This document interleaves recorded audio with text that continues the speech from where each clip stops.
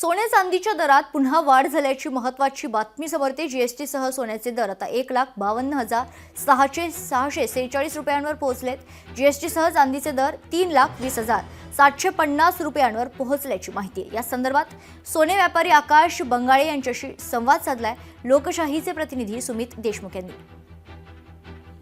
पहिल्याच महिन्यात जर विचार केला तर सोने हे तब्बल 1.5 लाखाच्या आसपास तर चांदी हे तब्बल 3 लाखाच्या वर गेल्याचं पाहायला मिळत आहेत। याच्या मागची नेमकी कारणं काय आहेत हे आपण सोने तज्ञांशी जाणून घेऊया। दादा काय सांगणार, सोने व चांदीच्या भावामध्ये सातत्याने वाढ होत असताना पाहतोय। गेल्या वर्षीच्या तुलनेत या वर्षी पहिल्याच वर्षी म्हणजे 2026 मध्ये पहिल्याच महिन्यामध्ये सोन्यामध्ये पण उच्चांक वाढलाय आणि चांदीच्या दरातही उच्चांक वाढलाय। हो, सोन्याचे भाव जवळजवळ 20 दिवसात 13,000 रुपये वाढलेले आणि चांदीचे भाव 73,000 रुपये वाढलेले।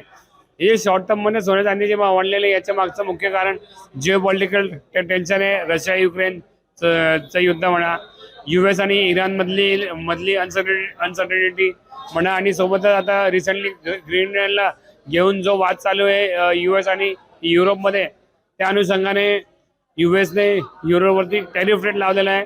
याच्यामुळे ट्रेड वॉर सुरू व्हायची शक्यता आहे। त्या अनुषंगाने सोन्यामध्ये सातत्याने इन्व्हेस्टमेंट वाढते आणि सोन्याचे भाव आता वाढलेले आहे। सोन्या चांदीमध्ये एवढा फायदा झाला आहे शॉर्ट टर्म मध्ये, इव्हन ज्यांनी एका महिन्या पहिली गुंतवणूक केली असेल सोन्या चांदीमध्ये त्यांचाही मोठ्या प्रमाणात फायदा झाला आहे। कारण की मागील 5 वर्षाचा रेकॉर्ड म्हणा की मागील 1 वर्षाचा रेकॉर्ड म्हणा की मागील 1 महिन्याचा रेकॉर्ड म्हणा, सोन्या चांदीमध्ये रिटर्न्स खूप हाय भेटलेले आहे। त्याच्यामुळे इन्व्हेस्टर्स जे आहे आता सध्या तरी भावाचा विचार न करता सोन्या चांदीमध्ये इन्व्हेस्टमेंट करताय।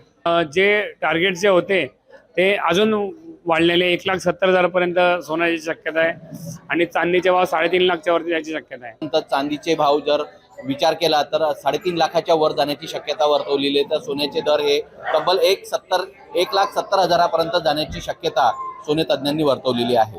सुमित देशमुख, लोकशाही मराठी, जळगाव।